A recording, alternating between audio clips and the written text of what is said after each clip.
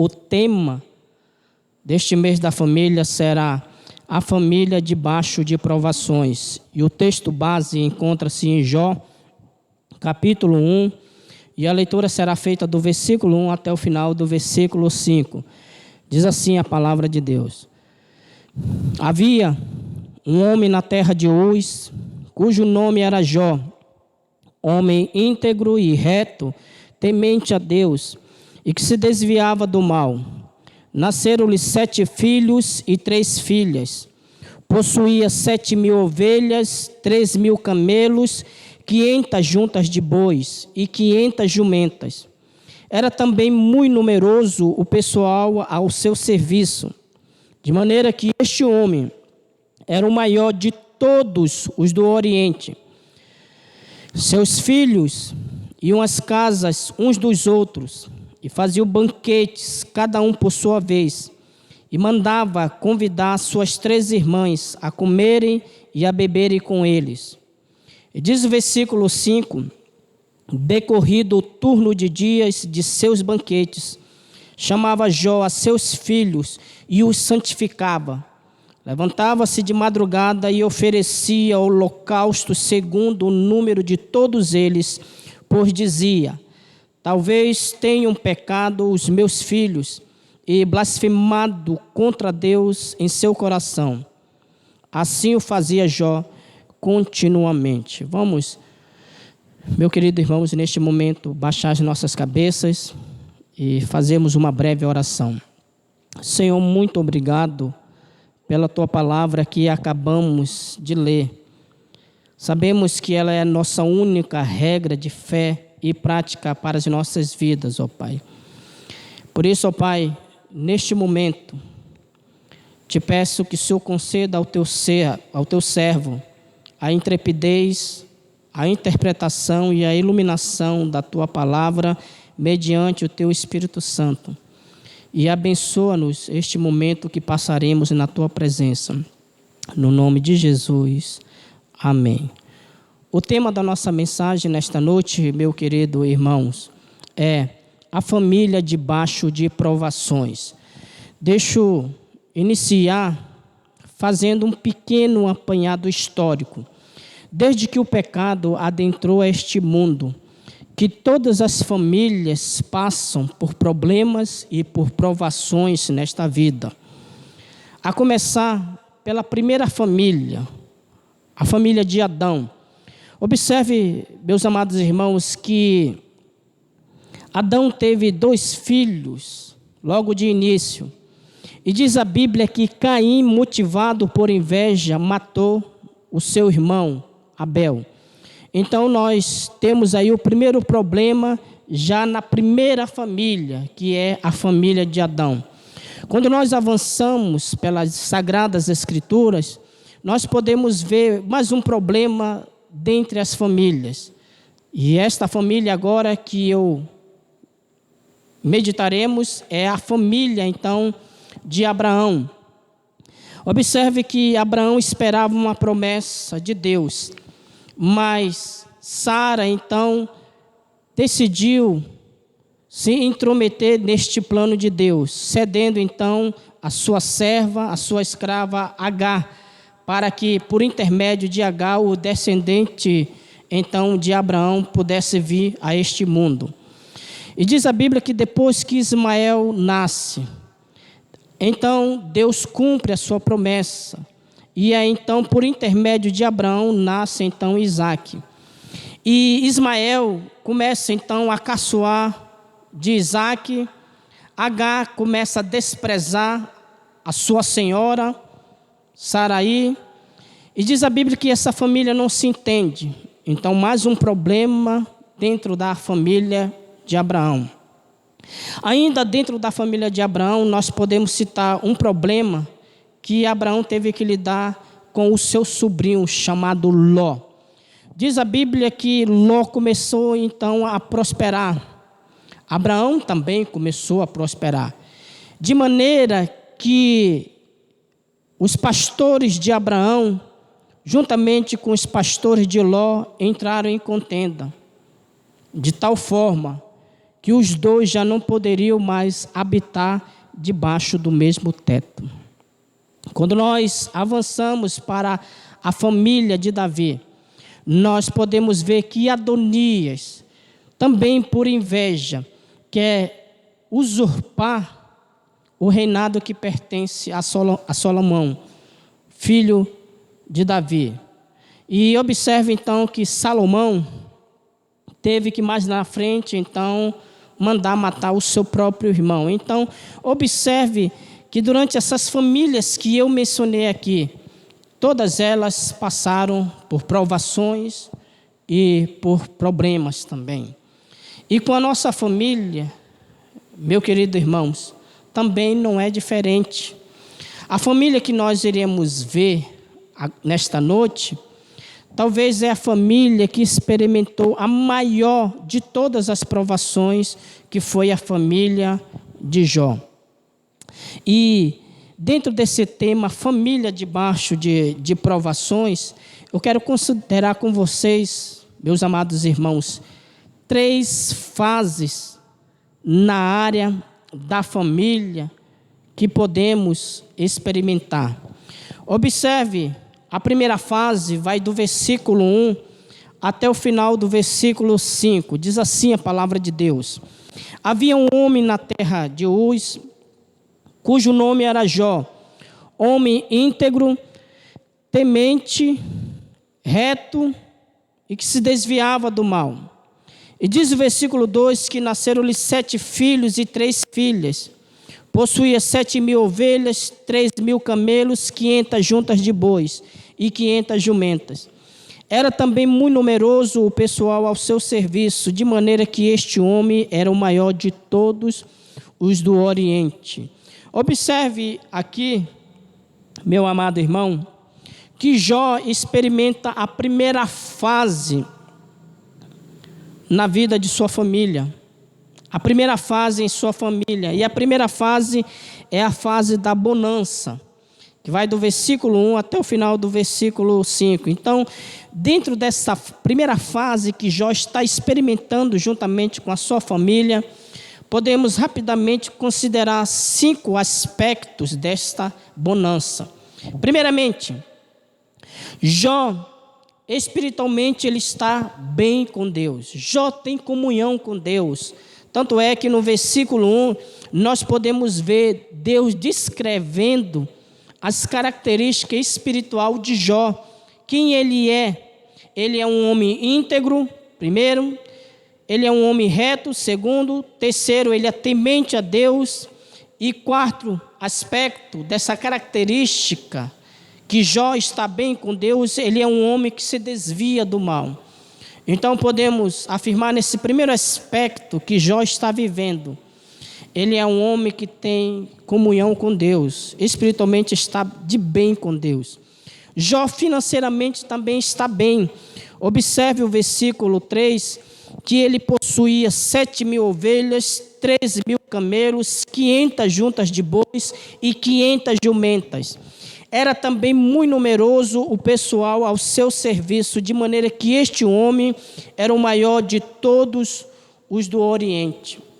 Então podemos afirmar que nesse período de bonança, Jó está bem espiritualmente com Deus, está bem financeiramente, e podemos ver também que Jó está bem emocionalmente. Observe o versículo 4, seus filhos iam às casas uns dos outros e faziam banquetes, cada um por sua vez, e mandava convidar suas 3 irmãs a comerem e a beberem com eles. Ou seja, qual é a maior alegria que os pais podem ter na alma, senão quando os seus filhos, irmãos com irmãos, estão vivendo em comunhão. É diferente quando irmãos ficam brigando uns com os outros. Eu acabei de mencionar a família de Adão, 2 irmãos, e Caim então matou o seu irmão. Imagine como que ficou emocionalmente a mente de Adão ao saber que Caim matou o seu filho Abel. Imagine. Então Jó, está bem familiarmente, ou seja, versículo 5, decorrido o turno de dias de seus banquetes, chamava Jó seus filhos e os santificava. Levantava-se de madrugada e oferecia holocaustos, segundo o número de todos eles, pois dizia: talvez tenham pecado os meus filhos e blasfemado contra Deus em seu coração. E assim o fazia Jó continuamente. Ou seja, Jó está bem espiritualmente, financeiramente, emocionalmente e familiarmente. Ele está bem. Ele reunia os seus filhos, chamava os seus filhos e os santificavam perante Deus. E o quinto aspecto, Jó está bem fisicamente, ou seja, ele está bem de saúde. Antes de Satanás então ferir Jó de tumores, como diz a Bíblia, desde a planta do pé até o alto da cabeça, antes disso Jó estava bem fisicamente. Então Jó está experimentando esta primeira fase de bonança. Ou seja, em outras palavras, Jó tem Deus, tem dinheiro, tem paz, tem família e tem saúde. Está bem financeiramente, está de bem com os seus funcionários, que ele tinha muitos funcionários, está de bem com a sua família, e Jó está de bem fisicamente. Está bem fisicamente. Ele, Jó, então, goza de saúde plena. Mas só, meus amados irmãos, que nem tudo na vida é flores. Nem sempre na vida caminhamos em um mar de rosas. Nem sempre na vida há bonança, mas também há tempestades na vida. E esta é a segunda fase que Jó vai experimentar. Observe, do versículo 6 até o final do versículo 12, vai iniciar agora. E Jó experimentou a segunda fase em sua vida, juntamente com a sua família. Agora a fase de provações. Família debaixo de provações. Observe o versículo 6. Num dia em que os filhos de Deus vieram apresentar-se perante o Senhor, veio também Satanás entre eles. Então perguntou o Senhor a Satanás: de onde vens? Satanás respondeu ao Senhor e disse: de rodear a terra e passear por ela. Perguntou ainda o Senhor a Satanás: observastes o meu servo Jó? Porque ninguém há na terra semelhante a ele. E aqui mais uma vez Deus vai repetir as qualidades espirituais deste homem. Ele é um homem íntegro e reto e temente a Deus e que se desvia do mal. Então respondeu Satanás ao Senhor: porventura Jó debalde teme a Deus? Acaso não o cercaste, concebe a ele, a sua casa e a tudo quanto tem? A obra de suas mãos abençoastes, e os seus bens se multiplicaram na terra. Estende, porém, a mão e toca-lhe em tudo quanto tem, e verás que se não blasfema contra ti na tua face. Disse o Senhor a Satanás: eis que tudo quanto ele tem está em teu poder, somente contra ele não estenda a mão. E diz a Bíblia que Satanás saiu da presença do Senhor.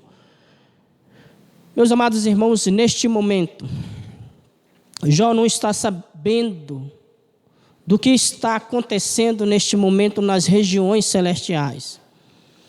Mal ele sabe que agora ele e a sua família experimentarão a segunda fase, a fase das provações.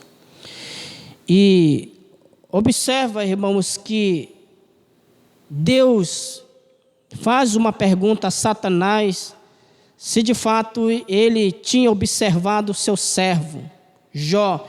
E é interessante que nesse elogio que Deus faz de Jó perante Satanás, dizendo que porque ninguém há na terra semelhante a ele, homem íntegro, reto, temente a Deus e que se desvia do mal.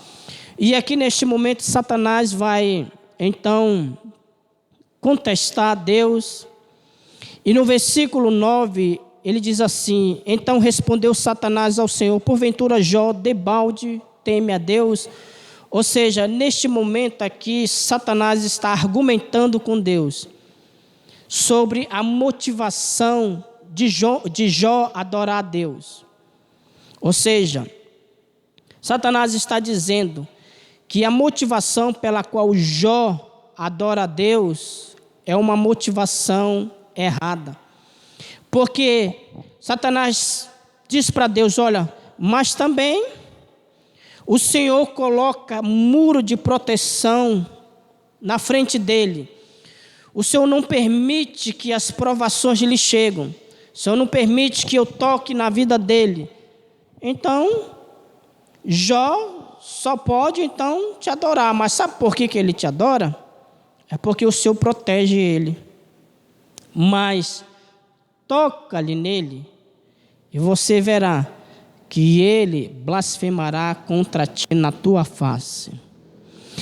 E diz o versículo 12, disse o Senhor a Satanás: eis que tudo quanto ele tem está em teu poder, somente contra ele não estendas a mão. E Satanás saiu da presença do Senhor. E observe aqui, meu querido irmãos, que Satanás agora vai começar a destruir, a desestruturar Jó e sua família. E o interessante é que Satanás toca primeiramente nas finanças de Jó. Observe o versículo 13. Sucedeu um dia em que seus filhos e suas filhas comiam e bebiam, vinham na casa do irmão primogênito, que veio o mensageiro a Jó e lhe disse: os bois lavravam e as jumentas passeam juntos a eles. De repente, deram sobre ele os sabeus e os levaram e mataram aos servos a fio de espada. Só eu escapei para trazer-te a nova. Falava este ainda quando veio outro e disse: fogo de Deus caiu do céu e queimou as ovelhas e os servos e os consumiu. Só eu escapei para trazer-te a nova. Versículo 17. Falava este ainda quando veio outro e disse: dividiram-se os caldeus em 3 bandos, deram sobre os camelos, os levaram e mataram aos servos a fio de espada. Só eu escapei para trazer-te a nova. Observe aqui, meu querido irmão, que Satanás, ele é estratégico. Ele começa então a desestruturar Jó na área das finanças. Ou seja, ele começa então dizimando os seus bois. Ou seja, a primeira provação que Jó começa a passar é na área das finanças. Os seus bois, e esse episódio aqui é dividido em vários episódios. Primeiramente, os sabeus levaram e mataram os servos ao fio da espada e também mataram os gado. Só eu escapei. Versículo 16, falava este ainda quando veio outro e disse: fogo de Deus caiu do céu e queimou as ovelhas e os servos e os consumiu. Só eu escapei para trazer-te a nova. Ou seja, na área das finanças Jó é aprovado. Talvez eu esteja falando com você, meu querido irmão, neste momento, que talvez está desempregado, que talvez a sua finança tenha sido abalado. Mas quero dizer uma coisa para você, meu querido irmão. Talvez neste momento você esteja sendo provado e a sua fé neste momento está sendo testada. A segunda estratégia de Satanás aqui, que ele vai abalar Jó está no versículo 17. Falava este ainda, quando veio outro e disse: dividiram-se os caldeus em 3 bandos, deram sobre os camelos, os levaram e mataram aos servos ao fio de espada. Só eu escapei para trazer-te a nova. Então, observe, meu querido irmãos, que no versículo 16 e no versículo 18, os servos de Jó também são mortos por esta tempestade, por essa estratégia de Satanás. Ou seja, Jó, por outro lado, já está quebrado financeiramente. Imagine se Jó tivesse que pagar a pensão para todos esses funcionários. Neste momento ele encontra-se falido. Como que ele iria pagar? Imagine agora ele tirando dinheiro do bolso para enterrar esses funcionários. Mas neste momento, Jó e a sua família estão sendo provados. Agora, Satanás vai provar Jó na área que ele mais precisa, na área mais importante da sua vida, porque a família de Jó é o maior patrimônio que ele tem. Ele poderia pensar assim: bom, os meus bois foram mortos, os meus servos também, mas eu ainda tenho a minha família do meu lado para me encorajar. Eu ainda tenho a minha família com quem eu posso contar. Mas observe, meu querido ouvinte, o versículo 18, que a sua família também serão dizimadas nesse momento. Observe o versículo 18. Também este falava ainda, quando veio outro e disse: estando teus filhos e tuas filhas comendo e bebendo vinho em casa do irmão primogênito, eis que se levantou grande vento do lado do deserto e deu nos 4 cantos da casa, a qual caiu sobre eles e morreram. Só eu escapei para trazer-te a nova. Então, Jó financeiramente está falido. Perde as suas finanças, perde os seus funcionários. E agora, meu querido irmão, Jó perde a sua família. O seu maior patrimônio ele perde. E o interessante é que a Bíblia nos informa, no versículo 13, que essa estratégia de Satanás foi orquestrado para acontecer em um só dia. Observe o versículo 13. Sucedeu um dia. Ou seja, tudo isso aconteceu em um só dia. Somos informados quando no versículo 14, que veio um mensageiro a Jó e disse: os bois lavravam e as jumentas passeou juntos. De repente, aconteceu do nada, de repente deram sobre eles os sabeus, os levaram e mataram aos servos ao fio de espada. Só eu escapei para trazer-te a nova. Falava este ainda, no versículo 16, no contexto das ovelhas que foram queimadas pelo fogo. No versículo 17 falava este ainda, ou seja, era uma notícia chegando atrás de outra. Era uma notícia ruim atrás de outra. Seus funcionários, suas finanças e a sua família. Tudo num só dia, chegando tantas notícias ruins. E talvez nesse momento eu esteja falando com você. Sabe, meu irmão, nós estamos vivendo esse momento de pandemia.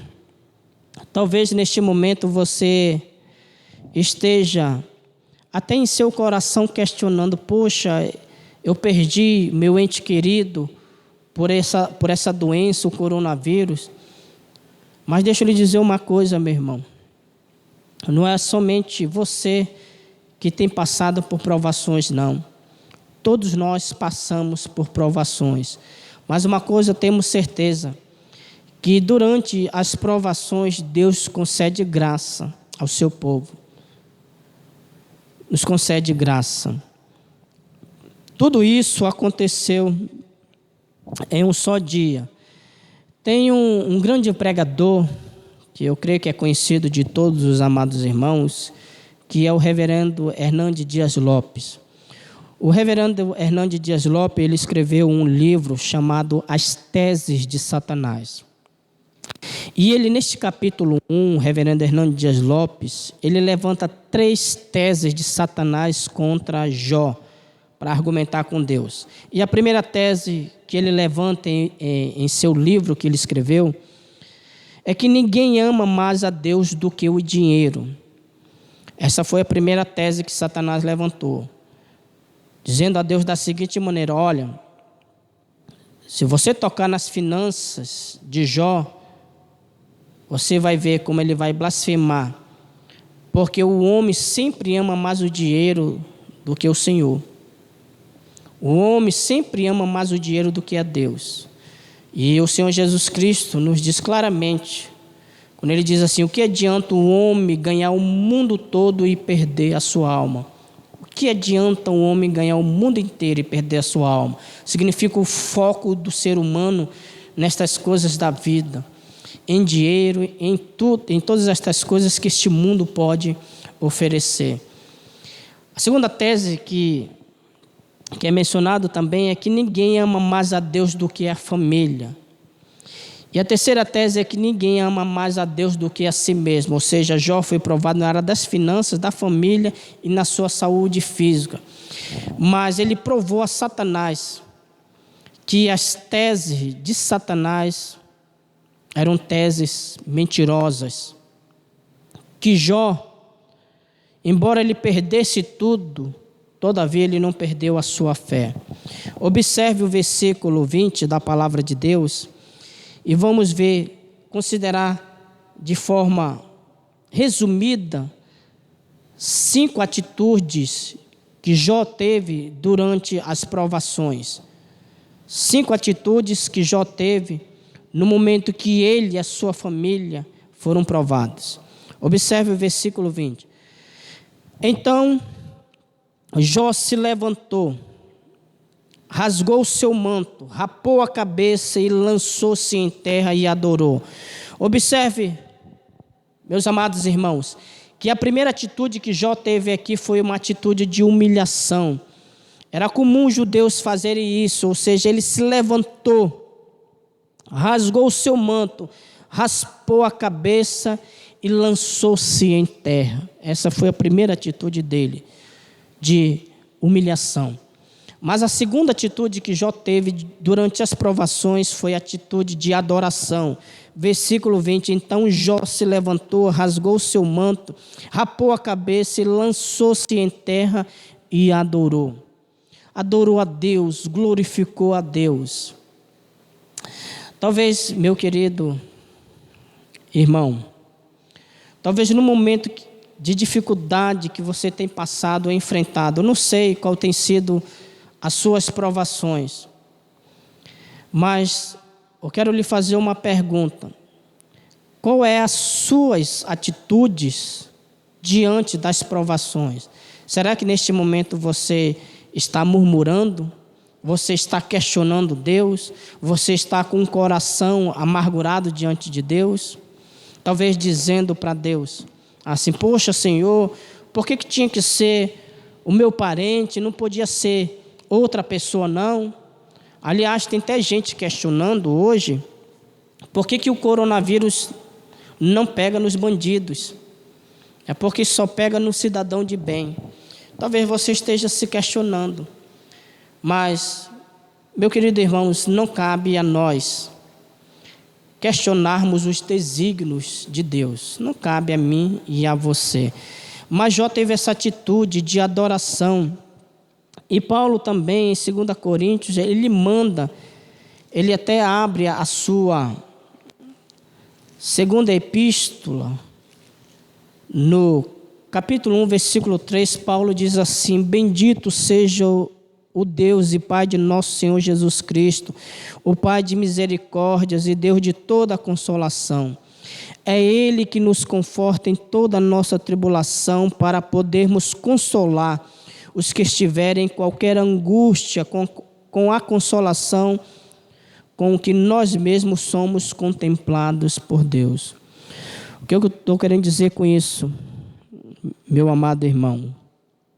É que embora você esteja passando por momento de provações, nós devemos louvar a Deus. É assim que Paulo diz: bendito Deus e Pai de nosso Senhor Jesus Cristo. Ou seja, Paulo começa então louvando a Deus, porque é Ele que nos conforta, Ele que nos consola em toda a nossa tribulação. Mas a terceira atitude que Jó teve foi uma atitude de contentamento, de contentação. Observe o versículo 21. E disse: no saí do ventre de minha mãe, e no voltarei. O Senhor deu e o Senhor tomou. Bendito seja o nome do Senhor. Ou seja, a terceira atitude que Jó neste momento está tendo durante as provações é uma atitude de contentamento, de contentação. Ou seja, ele diz no versículo 21, o Senhor deu e o Senhor tomou. Deixa eu contar uma ilustração para lançar luz sobre esse texto aqui. Eu me lembro que a minha mãe, ela comprou um teclado da Yamaha 520, PSR 520. Ela comprou um teclado da Yamaha. E a mamãe, ela nem sempre ela me disciplinava com peias, mas ela disciplinava tirando o objeto, tirando aquilo que mais eu gostava. E eu me lembro que uma vez eu desobedeci minha mãe. E sabe o que foi que ela fez? Ela tomou esse teclado de mim e vendeu esse teclado. Ou seja, ela me deu o teclado, mas como eu desobedeci, ela tomou aquele teclado de mim e vendeu para outra pessoa. E naquele momento foi que nem arrancar o coração da minha alma. Ou seja, eu não fiquei nem um pouco contente com minha mãe por ela ter vendido o meu teclado. Mas aqui, meu querido, Jó está contente diante da situação que está acontecendo sobre ele. Ele reconhece, Jó reconhece que tudo que ele tem, que tudo que ele teve, funcionários, patrimônio, a sua família, Jó reconhece que tudo que ele tinha era providência das mãos de Deus. E ele está aqui contente. Ele está em contentamento. E como eu falei para você, eu nenhum momento eu fiquei contente, mas Jó, ele está aqui nesse momento contente, contentamento. E 1 Timóteo capítulo 6, do versículo 6 até o final do versículo 8, Paulo diz assim a Timóteo: de fato, grande fonte de lucro e é piedade com o contentamento, porque nada temos trazido para o mundo, nem coisa alguma podemos levar dele. Tendo sustento e com o que nos vestir, estejamos então contentes.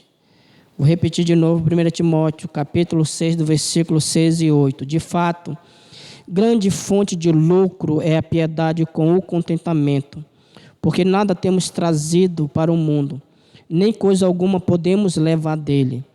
Tendo sustento e com o que nos vestir, estejamos então contente. Eu me lembro que quando o meu filho Arthur nasceu, e ele recém-nascido, eu me lembro muito bem como se fosse hoje. Quando a sua mãe colocou a primeira fralda nele, embora ele não estivesse ciente daquilo que eu iria falar para ele, mas no momento que a sua mãe colocou a fralda nele, eu disse para o meu filho: meu filho, esta fralda que sua mãe está colocando em você, a sua primeira fraldinha, já é providência divina. já é a providência de Deus para a sua vida, meu filho. Ou seja, nós viemos a este mundo e voltaremos. Ou seja, nada trouxemos a este mundo e nada podemos levar dele. Tem um dito popular que caixão não tem gavetas, então nada você pode levar dele. E vamos então, meu querido, a quarta atitude de Jó foi uma atitude de gratidão. Primeiro foi a atitude de humilhação, segundo de adoração, terceiro de contentação, de contentamento. A quarta atitude dele, uma atitude de gratidão. Observe o versículo 21. E disse: no saí do ventre de minha mãe e no voltarei. O Senhor deu e o Senhor tomou. Bendito seja o nome, o quê? Do Senhor. Observe aqui, meu amado irmão, que neste momento Jó está sendo agradecido a Deus, como diz Paulo em 1 Tessalonicenses capítulo 5, versículo 18, em tudo dai graça, porque esta é a vontade de Deus. Ou seja, Jó está agradecendo, louvando a Deus, bendito seja o nome do Senhor. E diz o versículo 22, em tudo isto Jó não pecou, nem atribuiu a Deus falta alguma. Eu me lembro que quando a mamãe partiu para estar com o Senhor, e este mês ela completou 6 meses que a minha mãe partiu. E eu me lembro muito bem, no momento que eu fiz o culto fúnebre de minha mãe. E na minha oração eu agradeci a Deus pelos dias de vida que Deus concedeu à minha mãe. Eu agradeci a Deus, porque no momento como esse, no momento difícil de provações que nós passamos, dificilmente nós agradecemos a Deus por aquilo que Ele fez por nós. Eu me lembro de um dito, de uma frase que nós tínhamos quando eu trabalhava no distrito, entre os meus colegas de trabalho, e tinha uma frase que a gente dizia assim, que se você trabalhou 98% de forma correta e trabalhou apenas 2% errado, esses 2% colocam em xeque-mate todo o teu trabalho. Talvez eu esteja falando assim com você, meu querido irmão. Talvez você é aquele que só se lembra deste momento de provações. Você não se lembra, outrora, que Deus lhe concedeu saúde, que Deus lhe concedeu emprego, que Deus sustentou você e tem sustentado até hoje, e você não se lembra de agradecer a Deus. Talvez você se inclui na lista daqueles 10 leprosos, quando o Senhor Jesus Cristo disse: mas não foram 10 que eu curei? Cadê os 9? Cadê os 9 leprosos? Somente um voltou para agradecer. Talvez você não se lembra da bonança, do momento de bonança que você tem passado, você e a sua família. Você só está se lembrando neste momento de provações e talvez questionando a Deus ou até mesmo amargurado com Deus. A quinta atitude é uma atitude de devoção que Jó tem. Ele diz assim, no versículo 21 e 22, e disse: no saí do ventre de minha mãe e no voltarei. O Senhor deu e o Senhor tomou, bendito seja o nome do Senhor. Em tudo isto não pecou Jó, nem atribuiu a Deus alguma falta. Ou seja, a quinta atitude que ele teve aqui, meu querido ouvinte, foi uma atitude de devoção para com o nosso Deus. Ou seja, diante das provações, nesta segunda fase de provação que Jó passou juntamente com a sua família, com a perca de funcionários, com a perca de suas finanças e da sua família, ele tem diante de Deus 5 atitudes. humilhação, adoração, contentação, gratidão e devoção. Mas eu tenho uma boa notícia para você, meu querido irmão, nesta terceira fase. A primeira fase que nós meditamos na palavra de Deus foi a fase da bonança, que foi do versículo 1 até o final do versículo 5. E falei 5 aspectos que Jó estava vivendo nessa primeira fase, na fase de bonança. E a segunda fase que ele experimentou juntamente com a sua família foi a fase das provações. Mas a terceira fase, para nós concluirmos, é a fase da restauração da vida de Jó e de sua família e de seu patrimônio. Como eu falei para você logo no início, nem tudo na vida é bonança, nem tudo na vida é flores, nem tudo na vida é um mar de rosas. Mas quero dizer também para você, meu querido irmão, que nem tudo na vida é somente tempestade. Nem tudo na vida, e não significa que todas as vezes você estará na peia, ou que todas as vezes você e a sua família estarão debaixo de provações.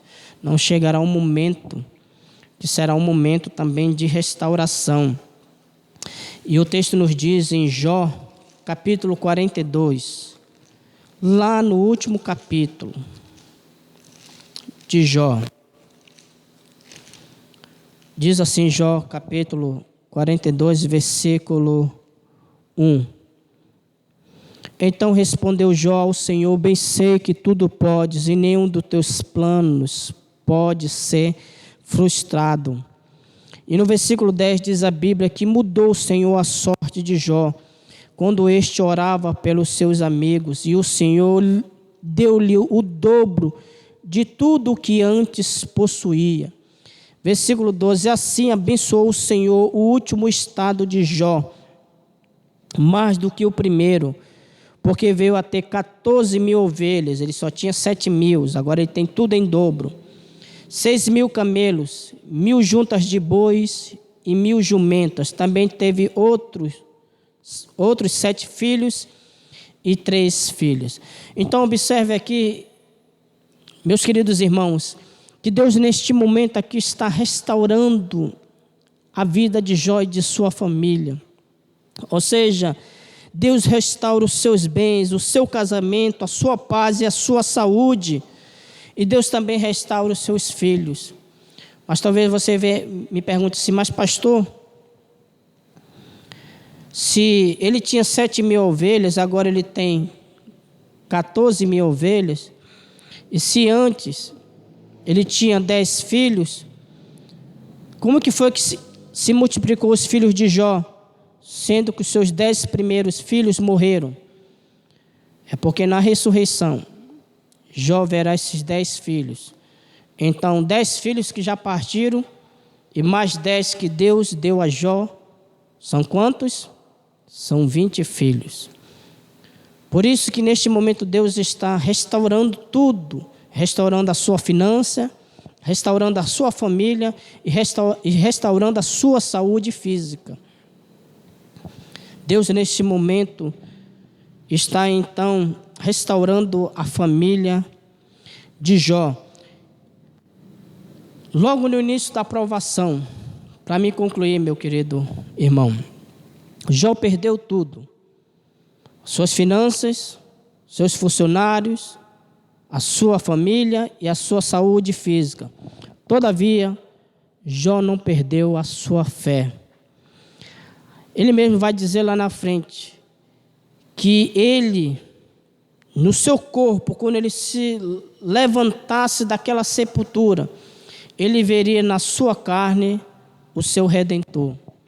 Ou seja, Jó perde tudo, mas menos a sua fé. E talvez nesse momento eu esteja me dirigindo com você, neste momento, meu querido irmão, que já não aguenta mais ser provado. E neste momento está pensando em abandonar a sua fé. Quero dizer uma coisa para você: não faça isso. É necessário que a nossa fé seja testada nesse momento. Quando nós olhamos para 1 Pedro, eu vou deixar 2 textos aqui para você, meu querido irmão.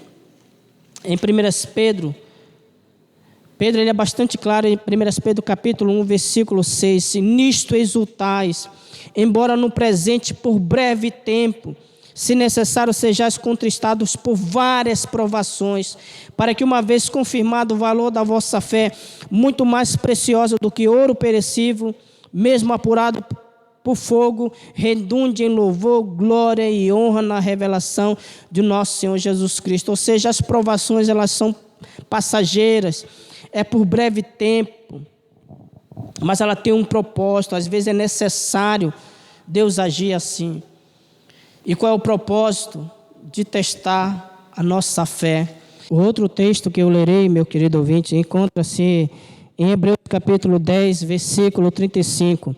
Não abandoneis, portanto, a vossa confiança, ela tem grande galardão. Com efeito, tendes necessidade de perseverança, para que, havendo feito a vontade de Deus, alcanceis a promessa. Porque ainda dentro de pouco tempo aquele que vem virá e não tardará. Todavia o meu justo viverá pela fé, e se retroceder, nele não se compraz a minha alma. Nós, porém, não somos do que retrocede para a perdição.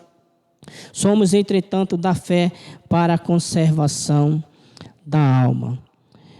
Meu querido irmãos, eu queria neste momento concluir este sermão, tirando algumas lições e aplicações para as nossas vidas. Primeiro, nem sempre as provações são disciplinas vindas da parte de Deus com o objetivo de nos julgar, como aconteceu com a igreja de Coríntios, em 1 Coríntios capítulo 11, versículo 32, onde Paulo diz ali: se nós julgássemos a nós mesmos, não seríamos condenados pelo Senhor.